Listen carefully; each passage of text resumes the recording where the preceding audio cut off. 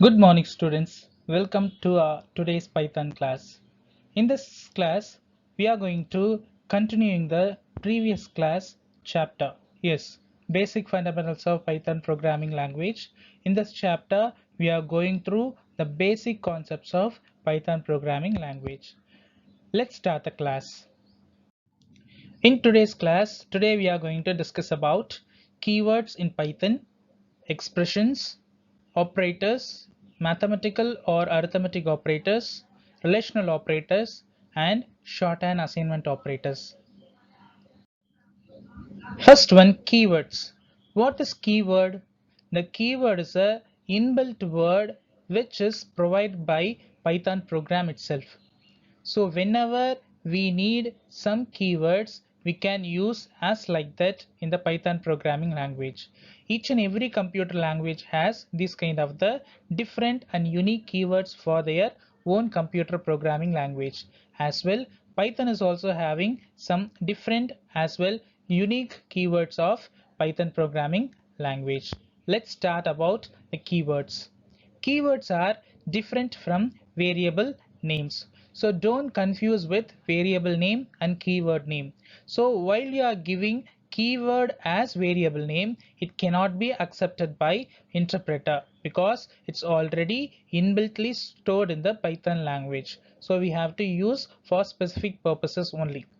And these keywords are the reserved words used by Python interpreter to recognize the structure of the program. Some of the keywords are listed to make a syntax of the Python programming language. The syntax in the sense it about the structure of the program.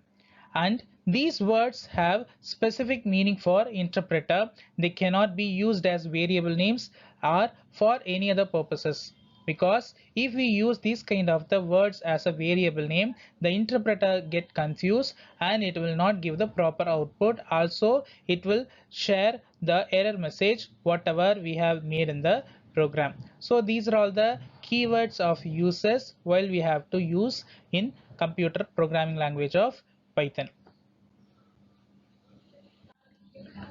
How to see or how to view the keyword, first of all we have to know. So here the Python programming language given syntax to find out the keyword, what are all the keyword the Python has. So we have to use import keyword. So we are importing the keyword from the Python library, then only those keyword will be listed out for users view. So I have imported now. Now I'm going to execute the keyword list. What all the keywords are available, I'm going to display them. So I'm using the print function to execute the keyword list. So here we have to follow these two lines: import keyword and print within the function parenthesis keyword dot kw list, which means keyword list. See, in the program, I have imported the keyword from the Python library simply by giving import keyword, and I'm printing the keyword list along with print option, print of keyword.kw list. So whatever the k is available, keyword is available, it will be executed. See, there are many keyword lists are there: false, none, true, and, as, asset, async, await, break, class, continue, def, del, lf, else, expect, finally, for, from, global, like that. These kind of keywords are used for unique purposes of interpreter understanding. Next one is expressions. Expressions are usually used in the mathematical concepts. You may have a doubt that we are learning computer programming language and what is the need to know about mathematical concepts. Yes, some of the mathematical concepts are interrelated and interconnected with Python programming languages, because without the numbers we can't do anything. So we are accessing those kind of the expressions along with computer programming language of Python. See, these expressions are representations of value. They are different from statement in the fact the statements do something while expressions are representation of value. So it's not like a statement. The statement, whatever we are giving as an input, that will be executed as like that with the help of interpreter using some print function. But expressions are also not like the same one. It is also like similar of X statement, but it will be giving some values according to the conditions. For example, if we want to have any string is also an expressions since it represents the value of the string as well. So these are all the expressions. Now we are seeing the examples of expression in Python. So the expression can be in any form, the combination of variable or the combination of value along with operators and operands. See 5 plus 2 into 4 and 10 divided by 2 minus 3. 8 plus 12 into 2 minus 4. These are all the expressions, and the expressions result also given in the tabular column. So the value for the first expression is 13 and the value for the second expression is 2 and value for the third expression is 28. Already we have studied the mathematical concepts of these things in maths subject, and also we have to recollect the thing how we can get the result, how we can get the proper result, what is the procedure to do and solve the expressions. So we will be seeing in the upcoming slides. First of all, we should know what is operators. The operators are the thing which can be calculated. For example, I want to calculate or add or make sum of two numbers. So the sum is a operator plus symbol, and I want to multiply the three numbers. So the multiplication is a operator. In Python, operators are special symbols that designate that some sort of computation should be performed. The values that an operator acts on are called operands. So the operator is different and operands is different. For example, I am going to calculate a plus b. So a and b, they are variable. Those variable are known as operands, and those operands are calculated by an operator plus. So that is the operators. Here is the example of expression. Here I have made two programs. In those two programs, the various expressions are executed. See the first program, a equal to 10. So a variable is assigned 10 value as well. B variable is assigned 20. Here the variables are playing another role called operands. So the two operands a and b are getting calculated by the operator plus. So the result will be a plus b equal to 30. Here as well the another example, a equal to 10 and b equal to 20 and a plus b minus 5. What is a? That is 10 and b is 20, 30. 30 minus 5, 25. Here we have two operands as well two operators. The two operands are a and b, and then two operators are plus symbol and minus symbol to calculate and subtract the two operands. So this is an example of operators. Now you have a clear understanding about what is operator and what is operand. The next one is concatenating strings. What do you mean by concatenation strings?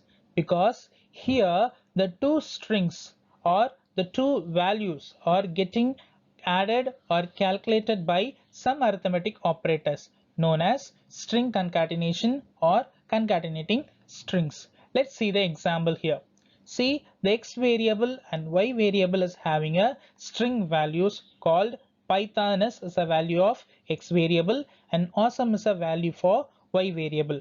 Now these two variables are added with z variable, because the z variable is going to store the value of the x and value of the y along with the arithmetic operator plus. After adding this condition, we are printing the z variable where the values of the variable x and y are stored. So the result will be Python is awesome. This is called concatenation strings, or we can say string concatenation. The next one we are going to learn about unary and binary operators. From the childhood onwards, we are studying about what is unary operator and what is binary operator and what is arithmetic operator and logical operator, relational operator. So many operators we are learning from the small classes itself. Just this classes we are going to recollect the things whatever we have learned in the previous classes. Okay, so unary and binary operators. Python's operator prototypes specify either one or two operands. Operators with one operand are called unary operators. Think it's a unicycle.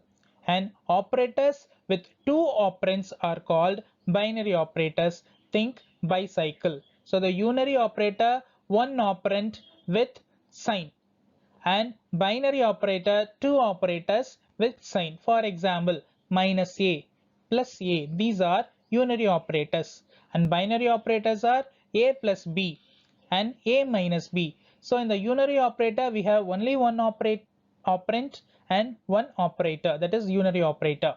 And binary operator we have two operands and two operands. So these are all the unary and binary operators. The next one is, in the expression I have shown some results of the expression, the three different kinds of the expressions, and the answers also displayed in the tabular column. But I told that we need to have a proper way of finding the expression. So we have to give preference to which operator first, then what is the next. So I have told that now we are going to see about the precedence of arithmetic operator. The precedence of arithmetic operator is nothing but the procedure to find which operator we have to give the first priority, that we are going to learn now. So the first priority in the expression we have to give, that is parenthesis. If any parenthesis if you are seeing, you have to do the operation which is in the parenthesis. The second one is exponentiation. Exponentiation is nothing but a power. For example, 2 power 3. So those kind of exponentiation we have to give the second priority. The second one is minus or plus, means the negative or positive argument. After that, multiplication and division, at like that we have to go like this. And finally, the fifth step, only we are going to give the priority for addition and subtraction. Simply you can remember the first four things. The first one is you have to remember about the parentheses. Whatever the things are within the parentheses you have to calculate. The second one is exponentiation, and the third one is division or multiplication, and the fourth one is minus or plus, like that. Here all kind of the operators precedence level is given here, but the basic level of the thing is first to four. Parenthesis first, second one is exponentiation, and the third one is division or multiplication, and the fourth one is minus or. Example, see here. Here I have given two examples of, again we are going to have the expression. Now we are having expression, and also we are going to find the result with the help of precedence operator. See, so in the first example, what is the first priority we have to give? That is a parenthesis. So first we have to check whether the parenthesis is there or not. If it is not, we have to give the priority to the second level. What is the second level? Exponentiation. Exponentiation is power or multiplication, and here we don't have any other exponentiation. And the third step is we have to check whether division or multiplication is there. If it is there, we have to do first. So we have done the third step, equal to 12, it's coming as like that, and plus 3 into 4, 12, and minus 6 by 2. So in the second step we have divided 6 by 2 as 3.0. Now 12 plus 12 minus 3.0. So 24 minus 3.0, we are getting 21.0. In the second example, see, 12 plus 3 within the parenthesis and into 4 minus 6 by 2. What is the first priority? We have to look at whether the parenthesis is there or not. Yes, we have parenthesis. So 12 plus 3, 15 first, and multiply by 4 minus 6 by 2. Next one is multiplication. 15 into 4, 60, and minus 6 by 2. So 6 by 2 is calculated separately as 3.0, and finally we are getting the result as 57. So this is the finest expression of operators and operands. Now we are going to learn about relational operators. So the relational operators are symbols that perform operations on data and return the result as true or false, either 0 or 1, depending on the comparison conditions. Mostly these kind of the relational operators relying on the conditions, based on the conditions. Then only after checking the condition, if the condition satisfy the result, it will produce true, otherwise it will produce false. This is the relational operator concept. Thus there are certain functionalities that do something with your variables also. As like that, relational operators can be used to compare numbers as well as strings. It's not only concentrating the numbers, it is also concentrating on strings. See here some of the relational operator syntax and some operators description also given in the tabular column. First, syntax, how we can use the relational operator. First one is expression we have to give, then comparison operator, then expression 2. For example, expression 1 is number 5, comparison operator is equal to, equal sign, equal sign, and expression 2 is number 4. So the first expression and the second expression are both are equal, it will produce the result as true, otherwise it will produce the result as false. So that is the relational operator table. Here operator, the first one is less than, it is used to find the less than and greater than, and less than or equal to, greater than or equal to, then equal to. These are all the relational operators that we are using in the Python computer programming language. See the example program. Here I have given the two set of statements. Print of 23. 23 is the first expression and less than is the comparison operator and 25. So now 23 is less than 25. Yes or no? Yes, it is true. So it is the result is true. 23 is less than 25. The result is true. As like that, 23 is greater than 25. Yes, it is false. So it is the result false. It's produced by the Python interpreter. Next one is shorthand assignment operator. What is shorthand assignment operator? For example, if I want to add one expression along with a equal to a plus b. Before in the line, I have assigned a equal to 5. A equal to 5 and then a equal to a plus 5. If I have, so what will be the result? A equal to 5 and a equal to a plus 5. 5 plus 5, 10. So the 10 values assigned for the current variable a. So this is the code. If you do like that, the program code will be so lengthy. So we have to adjust the code and we have to make the shortest code using the shorthand assignment operator. Let's see. See here some of the Python assignment operators are available. For example, operators plus equal to. The shorthand is x plus equal to y, which means x equal to x plus y.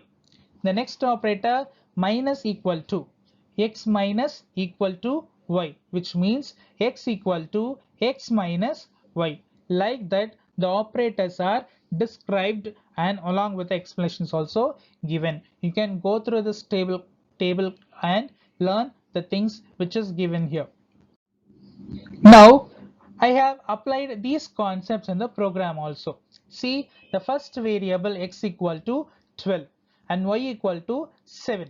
Now the condition is x plus equal to y, which means x equal to x plus y. So the print, if we print the x variable, we are getting the value 19. How the value will 19? Because what is the x value? 12 and y value is 7. 12 plus 7 is 19.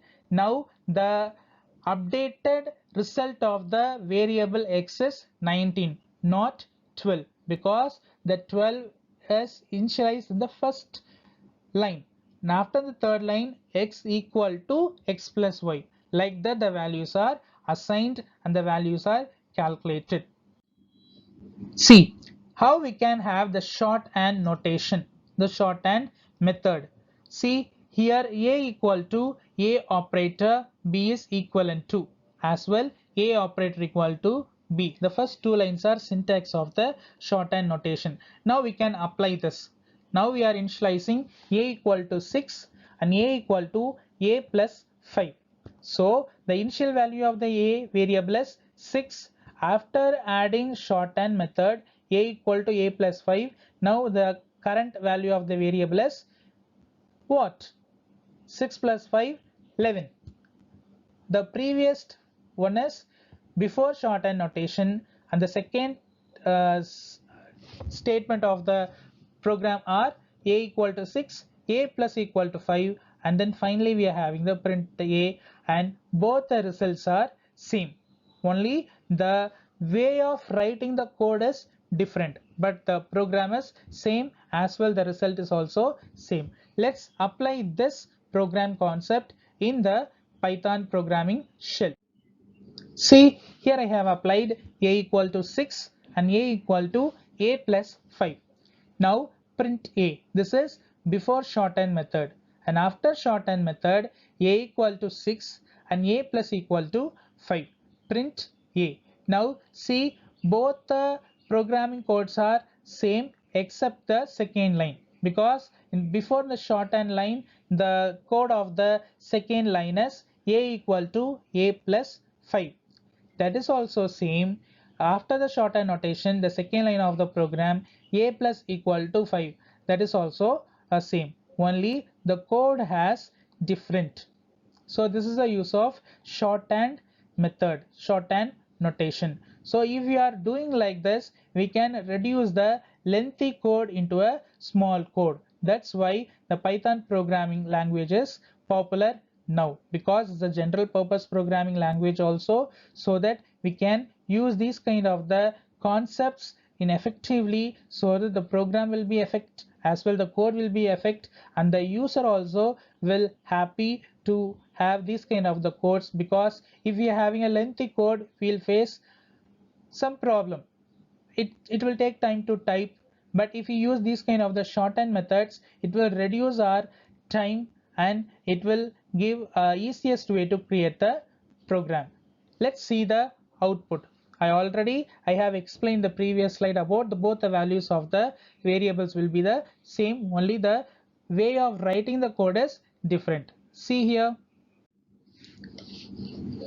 Yes, here the output of the program is assigned 11 11. So the 11, first 11 is before the shorthand notation, and the second one is after the shorthand notation. So whatever we have seen in this video, that's all very important. So these are all the basic important concepts of Python programming language. We should know about these things, then only we'll move on to the next level of the Python programming language. So in the next level, how we can use a Python programming code along with the different concepts. These are all simple concepts, and also we can have difficult concepts also we can use in the Python programming language. So whatever we have studied, I hope you understand.